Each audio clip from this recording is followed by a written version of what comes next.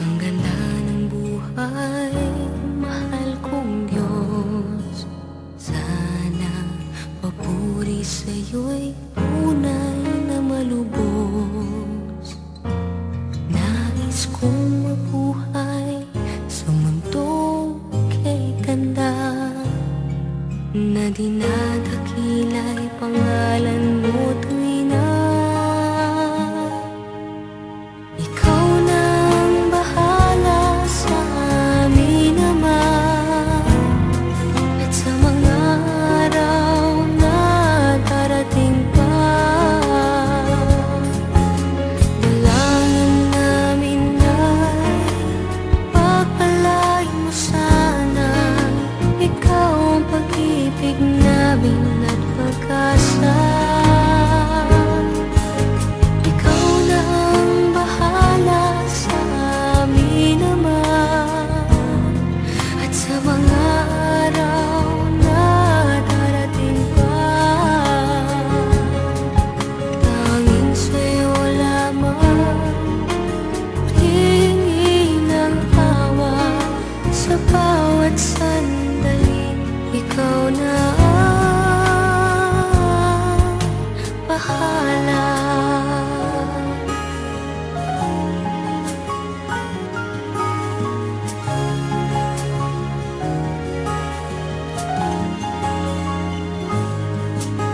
Makulay ang buhay, mahal kong Diyos.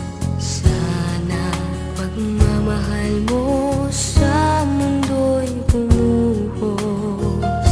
Salamat sa pag-ibig na nasa puso ko. Salamat sa buhay na galing sa'yo. Ikaw na ang bahala sa amin naman, at sa mga araw na darating pa. Dalangin namin ay pagpalain mo sana. Ikaw ang pag-ibig namin at pag-asa. Ikaw na ang bahala sa amin naman, at sa mga araw na darating pa. Tanging sa'yo lamang hihingi ng awa sa bawat sandali. Ikaw na ang bahala. Ikaw na ang bahala sa amin naman, at sa mga araw na darating pa. Dalangin namin ay pagpalain mo sana. Ikaw ang pag-ibig namin at pag-asa. Ikaw na ang bahala sa amin naman, at sa mga araw na darating pa. Tanging sa'yo lamang hihingi ng awa sa bawat sandali. Ikaw na ang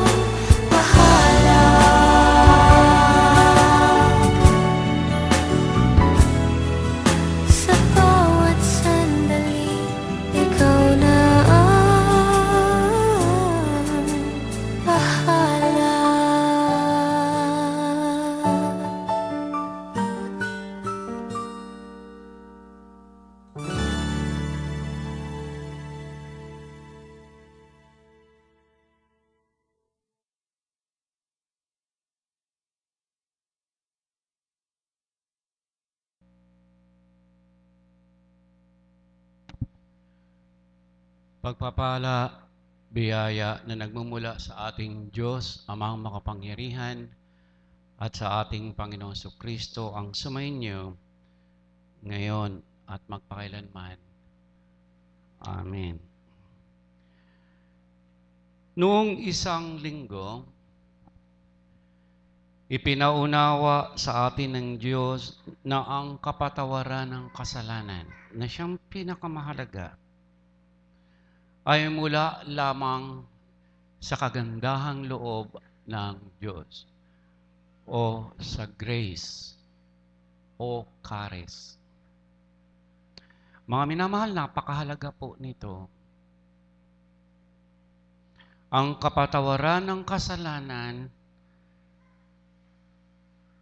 ay mula lamang sa kagandahang loob ng Diyos sa iyo at sa akin at sa ating lahat. Sa makatuwid, hindi pinapatawad ang aking kasalanan dahil ako ay pastor.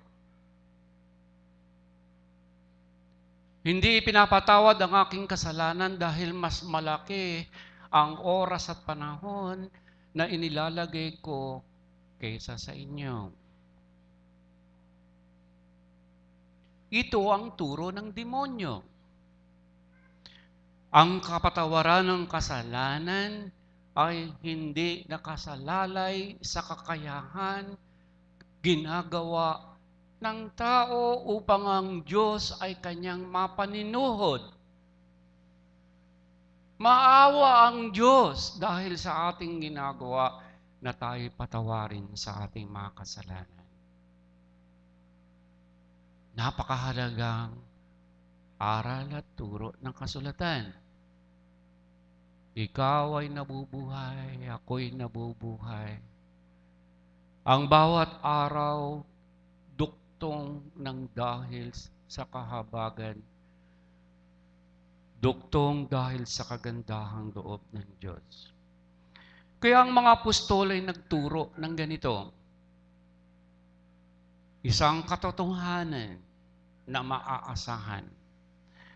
Dahil sa kagandahang loob ng Diyos, dahil sa grace, ay naligtas kayo sa pamamagitan ng inyong pananalig kay Kristo.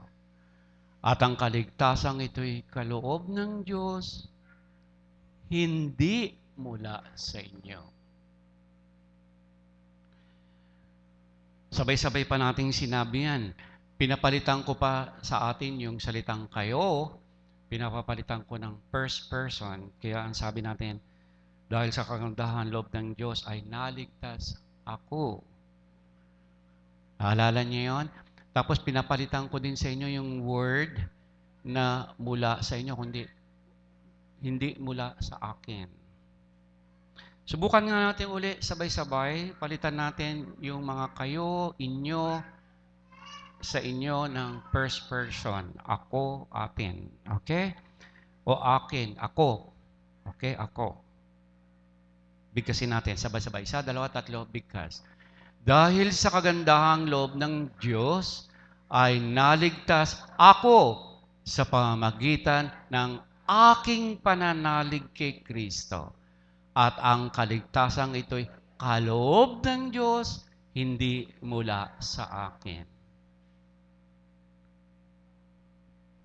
Mga minamahal, ito tayo nakatungtong at ito ang magbibigay sa atin ng katiyakan ng buhay na walang hanggan.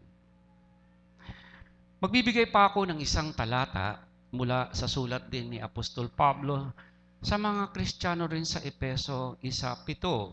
Ang gagamitin ko ngayong edition ay ang Biblia Edition 2001. Ang wika ng banal na kasulatan. Sa Kanya'y, kay Jesus Kristo, meron tayong katubusan sa pamagitan ng Kanyang dugo. Nakapatawaran ng ating mga kasalanan ayon sa mga kayamanan ng Kanyang biyaya. Grace o kagandahang loob. So, yung buong kayamanan na ibinibigay ng Diyos sa iyo at sa akin ay grace.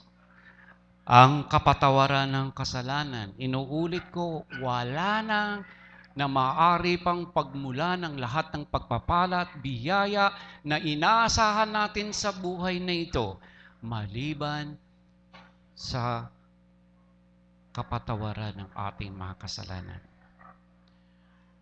Mga minamahal, ang kapatawaran ng kasalanan mula at kaloob ng Diyos ay perfect. Perfect. Wala na pong ibang maaari pang ipalit dito. So, lahat ng magtuturo na labas dito ay hindi mula sa Diyos.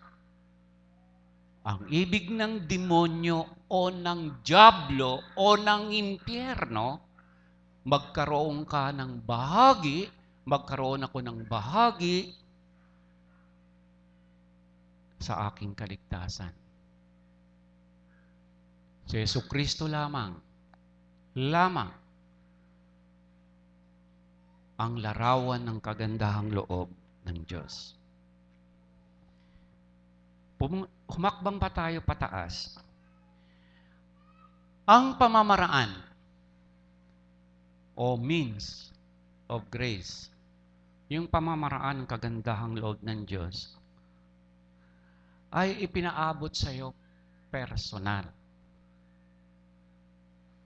Hindi ito sa pamagitan ni Pastor Zamora, nor the church.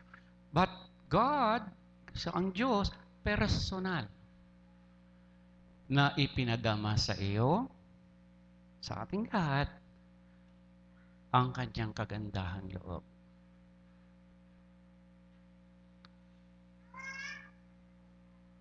Unawain natin yan. Yung kagandahang loob na sinabi ko ng ilang minuto na, ay merong itinalagang pamamaraan ng Diyos upang personal niya itong may paabot sa iyo. At sinabi ko kanina, na ilang minuto lamang, na ang kagandahang loob o ang larawan o the perfect picture or expression ng grace o ng kagandahang loob ng Diyos ay si Jesucristo. Nasa pamagitan ng Diyos na naging tao, ay inako, pitasan ang lahat ng ating mga kasalanan. So yung Diyos ang humingi ng katarungan, ang Diyos na naging taong si Jesucristo lamang ang makatutugon sa hinihinging katarungan ng Diyos. O yung divine justice na hinihingi ng Diyos sa kasalanan natin at paglabag. Tandaan natin, napopoot at nagagalit ang Diyos sa kasalanan. Kung gusto nating makita kung papaano ang kanyang pagkapuot at ang galit sa kasalanan, tignan mo yung krus. Tignan mo si Jesucristo na nakapako sa krus. Yung paghihirap ninalasap niya ay ganoong kabigat ang ating mga kasalanan. Pero ayaw kanya nga mapahamak.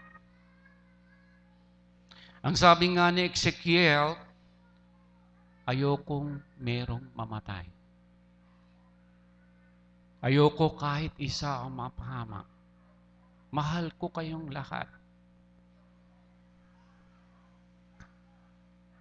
Hindi natin pwedeng sabihin, Panginoon, hindi po tama ang iyong pamamaraan. Ang sabi ni Jesus sa Ezekiel, ang hindi tama, yung inyong tuntunin. Ang inyong pamantayan ang mali. Ang pag-uugali ninyo ang mali. Hindi ang Diyos. Ang sinasabi ng Diyos, ayokong may mapahamak sa inyo. Hindi ako namimili kung sino ang ililigtas. Yan ang isip at damdamin ng Diyos. Kaya nga ibinigay niya ang Diyos sa sangkatauhan. Pero pinepersonal niya ito sa iyo. While it is universal, it is personal. Okay, paano? Una, sa pamamagitan ng salita ng Diyos o ng Ebanghelyo. Ang wika ng banal na kasulatan sa Roma 1:16, Hindi ko ikinahihiya ang mabuting balita sapagkat ito ang kapangyarihan ng Diyos sa maliligtas. Aba, yung palang kapangyarihan ng Diyos ay nandoon sa mabuting balita. Alam niyo ang gamit ng salitang kapangyarihan dito? Dynamite. Power. Kung meron mang salitang dinamita o dynamite, ito ay hinango sa Griego, talagang literal, dynamite o explosive na most powerful o powerful. Ngayon, ang sinasabi ng Panginoon, ang kapangyarihan ng Diyos na kumikilos at gumagawa sa ating makasalanan ay ang salita ng Diyos. Paano ito naging personal? Romans 10:17. Ang pananampalataya ay bunga ng pakikinig. Nananalig ka? Si Jesu Kristo ang iyong tagapagligtas at Panginoon ng iyong buhay dahil sa iyong pakikinig ng magandang balita. Na ang magandang balita, mga minamahal, ay binubuo ng kautusan at ng ebanghelyo. Kung may Bible kayo, tingnan nyo yung title, yung first part ng inyong Bible. Kung meron tayong Bible, madala. Ang nakasulat dyan, ang magandang balita, Biblia.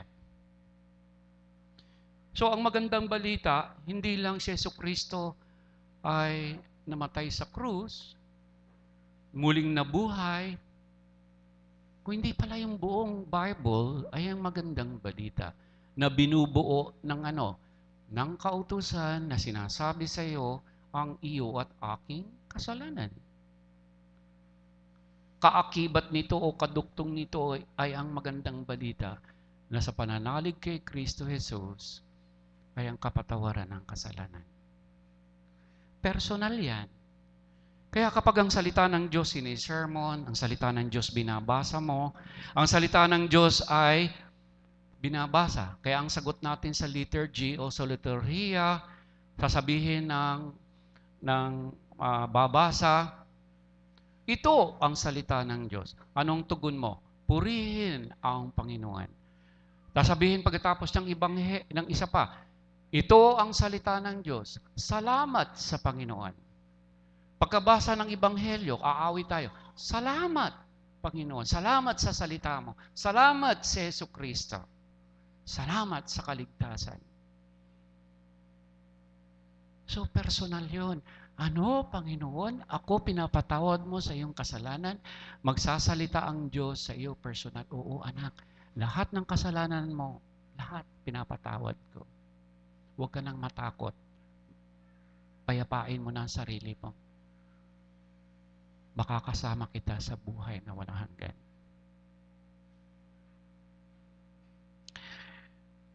Ikalawang pamamaraan ng biyaya na paabot niya yung personal, binyag o ang ating bautismo. Alam niyo ba, bago tayo nagsimula, yan ang iyong unang inaalala? Nako, naalala ko na naman yung pangako ko sa inyo na itong baptismal font na ito, ilalagay ko na doon sa harapan, linggo-linggo, at bago tayo pumasok, isasawsaw natin yung kamay natin dyan. Pag nakita mo yung tubig, sabihin mo, aba, sa pamagitan ng aking binyag, ako ay kasamang namatay ni Kristo. Ako ay kasamang namatay ni Kristo. Ako kasamang nabuhay ni Kristo. Personal. Hindi sinabi ni Jesus, pinapatawad ko ng lahat-lahat sa inyong mga kasalanan. Hindi rin niya sinabi sa bayang Israel, kayo ay palalayain ko na. Kung hindi gumawa ng pamamaraan ng Diyos, papaano ang kaligtasan ng paglaya ay magiging anino ng Kristong darating? ng kordero ng Diyos. Papatay sila ng kordero. Yung dugo, ipapahid sa hamba.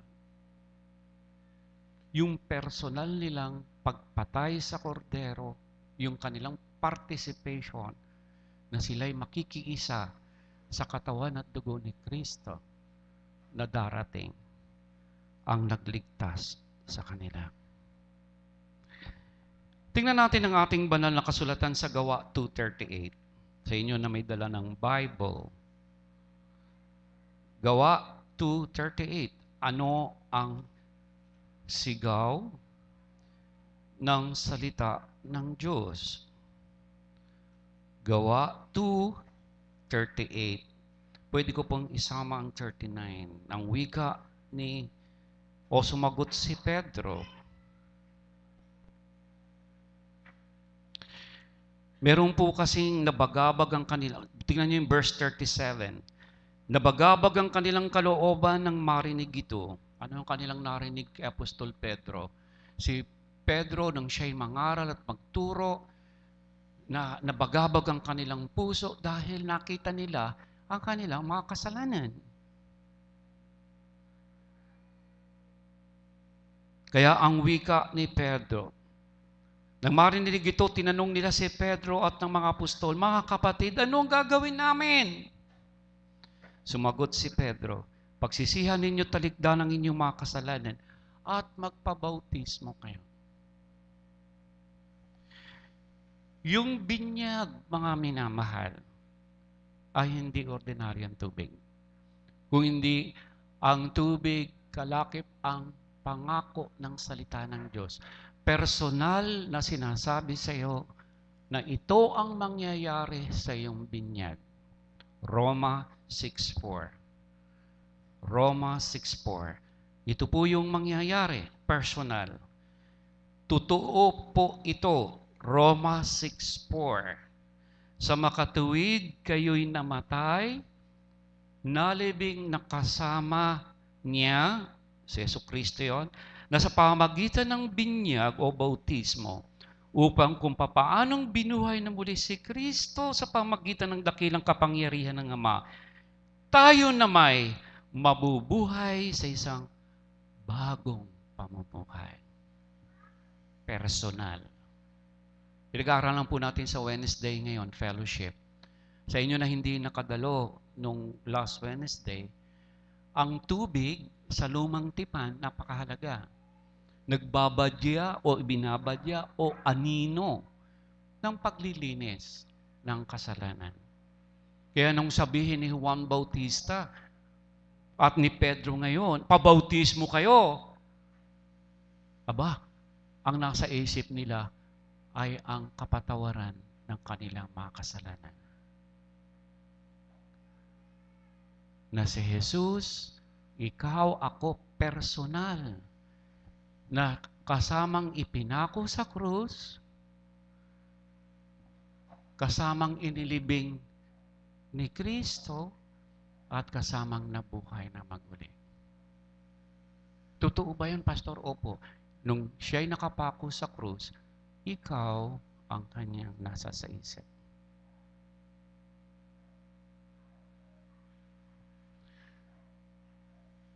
Meron pa tayong pamamaraang isa, banal na hapunan. Tanggapin mo ito ang tunay ng katawan at dugo ni Kristo, kalakip ang alak at tinapay. Sa'y kapapatawad ng iyong mga kasalanan. Personal yan, papasok dito sa bibig. Gusto ko din pong i-announce sa inyo, pagka nakuha na natin sa ating pag-aaral yung banal na hapunan, hindi na po tayo magbabanal na hapunan ng basta-basta. Kung hindi, meron pong registry book, isusulat po natin ang ating pangalan, sasabihin natin na ako'y magkukumunyon sa isang linggo. Kung hindi ka nagrehistro, hindi ka kukuha ng komunyon. Bakit? Sapagkat mga minamahal, bilang pasanin ng pastor, may mamamatay, may magkakasakit nang dahil sa di nararapat na pagtanggap ng banal na hapunan. Huwag tayong magagalit sa aser kung tayo'y late. Hindi tayo pagkukumunyonin. Pag-aaralan po natin yan, bakit ganun kahalaga ang banal na hapunan. Well, lahat nito pamamaraan ng biyaya or means of grace. Ang sentrong mensahe ng pamamaraan ng biyaya, meron pa palang ika-apat, yung confession and absolution o yung office of the key na kanina ginawa natin. Mga minamahal, ako bilang tinawag at tinalagang lingkod sa tanggapan ng pastor, ng pangangaral at pagtuturo, tinitiyak ko sa inyo na ang inyong mga kasalanan ay pinapatawad na sa pangalan ng Ama at ng Anak at ng Espiritu Santo. Personal. Ang lahat ng ito dahil sa kagandahang loob ng Diyos. Ayaw niya na kahit isa sa atin ay mapahamak. Gusto niya na ikaw ay makasama niya doon sa buhay na walang hanggan. Now, ang lahat ng mensaheng yan, iisa, na si Jesucristo ang umako pumasa ng ating mga kasalanan, pakikiisa o pananalig sa Kanya, tayo itinuring ngayon na matuwid. Pansinin ninyo, paulit-ulit kong sinasabi, mula pa ng 1 linggo, hindi po ako magsasawa na sabihin at titiyakin sa iyo na dahil sa kagandahang loob ng Diyos, personal siyang lumaho o personal kanyang inanyayahan dahil sa labis niyang pag-ibig sa iyo. Kung gayon, mga minamahal, pinawalang sala tayo sa pananalig kay Kristo at mula ito sa kagandahang loob ng Diyos. Ito ay kaloob. Sige anak. Sige anak. Ito ay kaloob ng Diyos. Sige. Hindi ito sa sarili nating pasya. Kamangha-mangha ang pag-ibig at kagandahang loob ng Diyos ipinagkaloob ang buktong na anak na si Jesucristo para sa ating mga kasalanan. Okay na sa atin to? Purihin ng Panginoon. Amin na ba tayo dito? Okay, very good. Now, pumunta tayo sa ating talinhaga. Ang talinhaga, sabi niya ngayon doon sa mga Pariseo, na gustong-gustong ipangaral, magturo na sa sariling pasya, sa sariling gawa, sa sariling kakayahan, sa sariling, ewan ko kung ano yung nasa isip ng mga Pariseo at Skriba, na maliligtas ka, kung gagawin mo ito, kung gagawin mo yon, kung ikaw ay katulad namin, sabi ng mga Skriba sa mga Hudyo, aakyat kayo sa langit. Binigay ni Jesus ang talinhagang ito sa pamamagitan ng dalawang anak. Isang panganay, isang bunso. Anong sabi ng Diyos sa panganay? Anak, pumunta ka doon sa ating ubasan.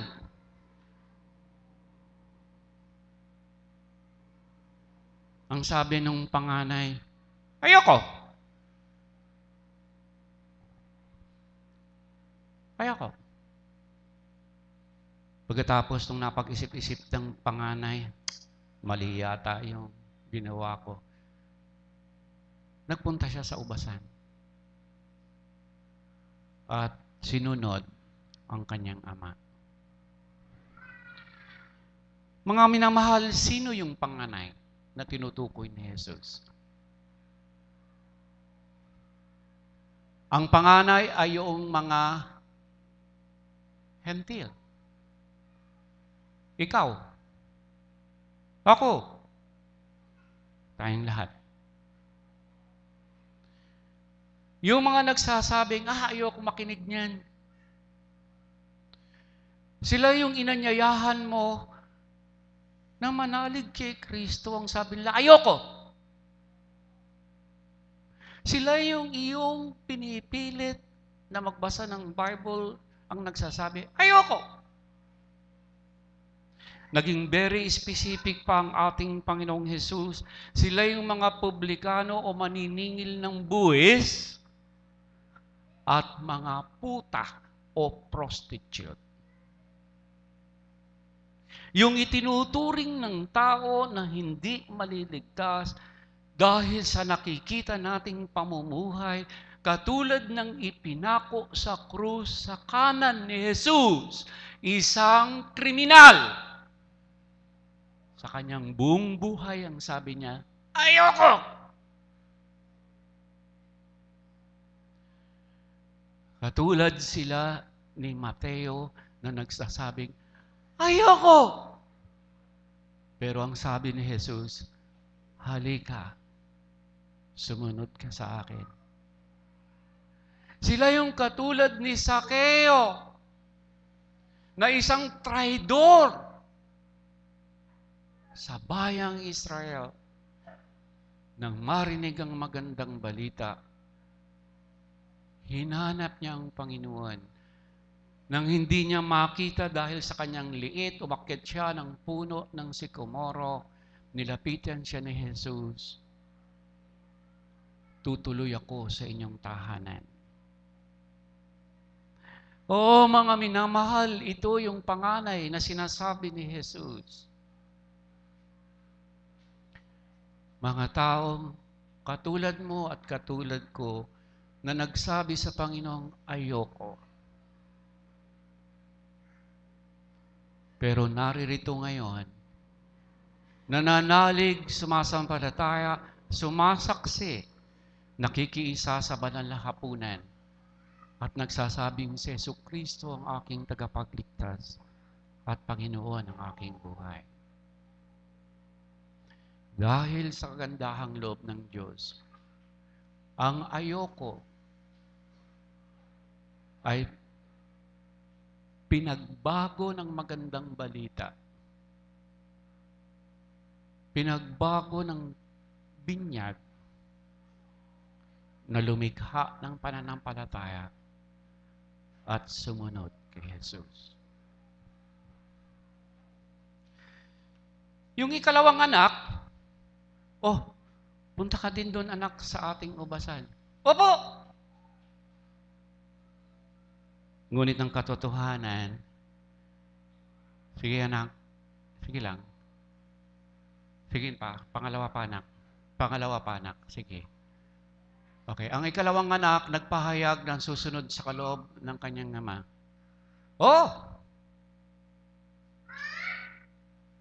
Tugon lang niya. Paglabas niya, hindi sumunod, hindi nagpunta. Sino sila? Sila yung mga Pariseo. Sila yung mga kausap ni Jesus sa mga eskriba. Sila yung marami na nagsisimba, umaawit na, Hallelujah! Purihin ng Panginoon! Sila yung nagbabasa ng Biblia, nananalangin. Pero sa araw-araw ng kanilang buhay, ay binibigyan ng napakasamang konotasyon ang pananampalataya at pagsunod kay Kristo. Mga taong nagsusuot ng maskara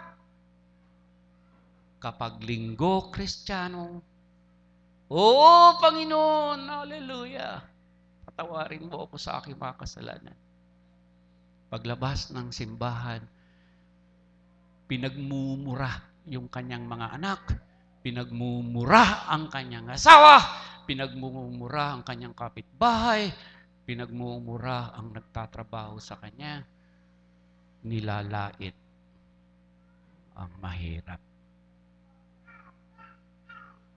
Oo, napakaraming ganitong Kristiyano.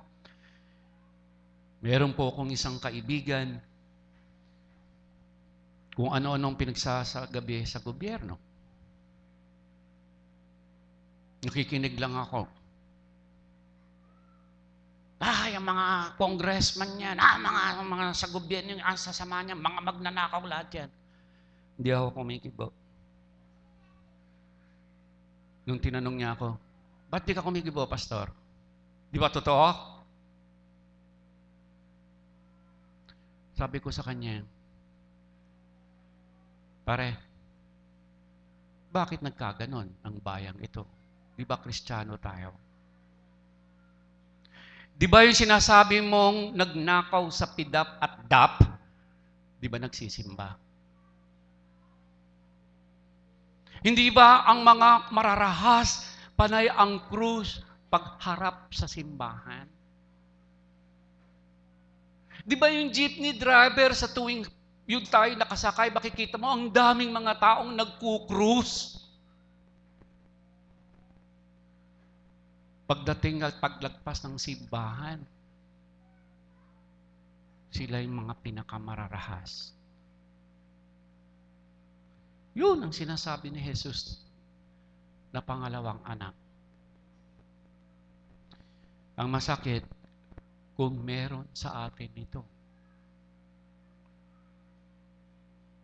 Tuwing linggo, opo, Panginoon, hallelujah, amen, amen. Pero sa pamumuhay, nakakapangilabot. At muling ipinapako ang Kristong Panginoon. So, tinanggihan ng kaloob ng pagpapawalang sala sa pananalig sa Kristong Yesus silang lahi ni Judas at mga kampon ng Diablo. Kaya nga mga minamahal, ano ang kabuuan ng ating sermon? Handa ang Diyos na baguhin tayo. Mahal ng Diyos yung panganay at yung pangalawang anak o bunso. Parehong ang kagandahang loob ng Diyos ay personal na gumawa sa kanilang buhay. Pareho silang tinawag na, anak, pumunta ka sa aking ubasan, sa ating ubasan. Pareho nilang tinanggap ang kagandahang loob ng Diyos. Katulad ng ating bansa, walang Pilipino ang hindi nakakaalam na si Jesucristo'y ipinako sa krus na matay, inilibing at muling nabuhay. Ngunit napakarahas ng ating pamayanan. 27 rape araw-araw. Ang holdapan kaliwa at kanan. Hindi mo na malaman kung sino ang totoong pulis at hindi totoong pulis. Hindi mo na malaman kung sino ang tunay na lingkod ng bayan. Hindi mo na malaman kung sino ang totoong negosyante. Hindi mo na malaman kung bakit napakaraming bata ang nagkalat sa kalsada na walang pakialam si nanay at si tatay. And we call ourselves, tinatawag natin ang ating bansa, na tanging Kristiyanong bansa. Naalala ko nung ako'y nasa Switzerland. Dumating po ako ng 5:30, nagche-check-in ako sa hotel sa Geneva. Nung naka-check-in na ako, gandang-ganda ako doon sa lugar. Ang sabi ko doon sa front desk, inabot ko yung susi ko. Ang sabi ko, is it safe if I will walk around at 6 o'clock in the evening? Tumawang malakas. Tumawang. Why are you laughing? I was only asking if it's safe. From where are you? Philippines. I'm a Filipino. That's why. Why? You Filipinos are Christians. Isn't it? Yes. We are all 90% Christians. But too many corrupt. Too many robbers. Too many hold-uppers. Medyo namutla ako eh. At ang sabi, duktong sa akin, you go around. Do you know that we have only one homicide a year. One homicide a year. And our jail does not have anybody in it. What? Yes. Ako naman, para hindi mapahiya, ang sabi ko, I might be the only one who would go to cemetery. Nakatawa siya. Kahit sa communist country, napunta ako. Naiwanan ko yung camera ko. Kinatok ako sa hotel. You left your camera. Dito nga, nakasampay na sa loob yung iyong damit. Pumikit ka lang dahil nanalangin ka. Pag dilat mo, wala na yung pantalon. At sabi natin, naku po, Panginoon, ano bang bansa ito? Kristiyano, yun yung panganay. Ngayon, ang tanong ko sa iyo, ano gagawin natin?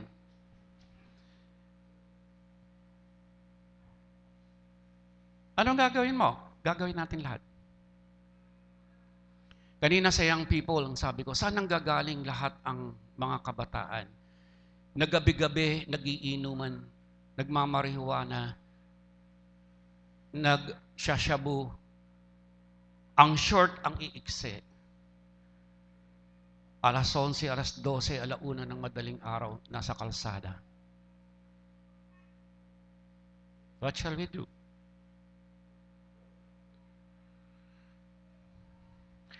Mga minamahal, isa lang ang alam ko. Kung magkakapit-bisig tayo at magkakaunawaan tungkol sa mabuting balita tungkol kay Kristo. Kung bubuksan natin ang isip, ang ating puso sa kagandahang loob ng Diyos, 12 lamang ang apostol. Pero umabot sa ating panahon ang mabuting balita. Hindi sa kapangyarihan natin na baguhin ang ating pamayanan. Sa ating lang pagkilala kay Jesucristo na ating tagapagligtas at ipamuhay natin ito sa araw-araw, sapat nang makita nila na kakaiba ka, meron kang dala, meron kang kamag-anak na ang tawag mo ay ang iyong panganay at kuya na si Jesucristo.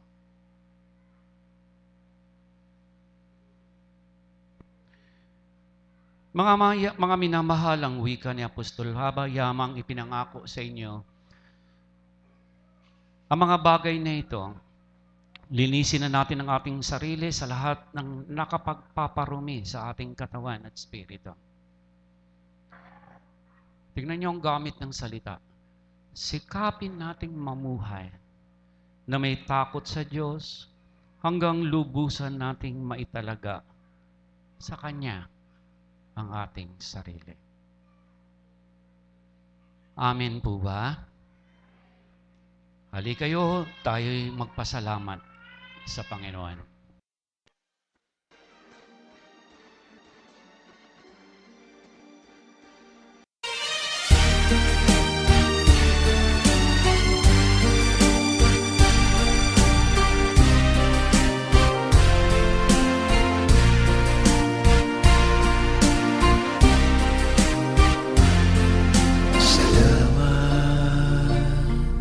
Sa'yo aming Ama, salamat.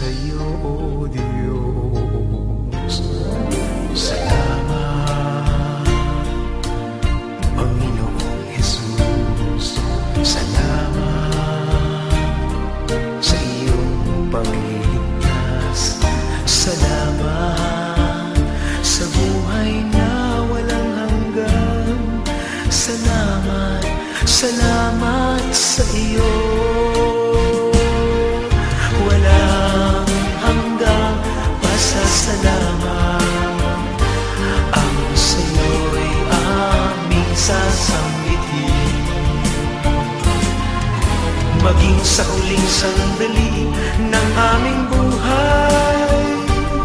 Pasasalamat sa iyo'y walang hanggan.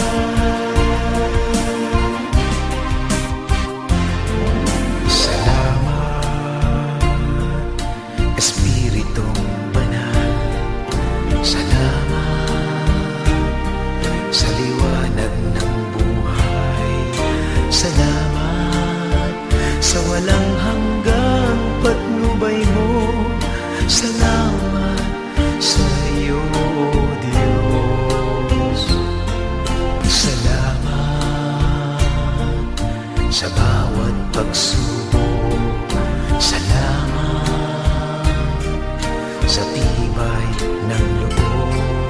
Salamat sa bawat taong nagmamahal. Salamat, salamat sa iyo. Walang hanggang pasasalamat ang sa'yo'y aming sasanggitin. Maging sa huling sandali ng aming buhay, pasasalamat sa iyo'y walang hanggan. Walang hanggang pasasalamat ang sa'yo'y aming sasanggitin. Maging sa huling sandali ng aming buhay, pasasalamat sa iyo, pasasalamat sa iyo, pasasalamat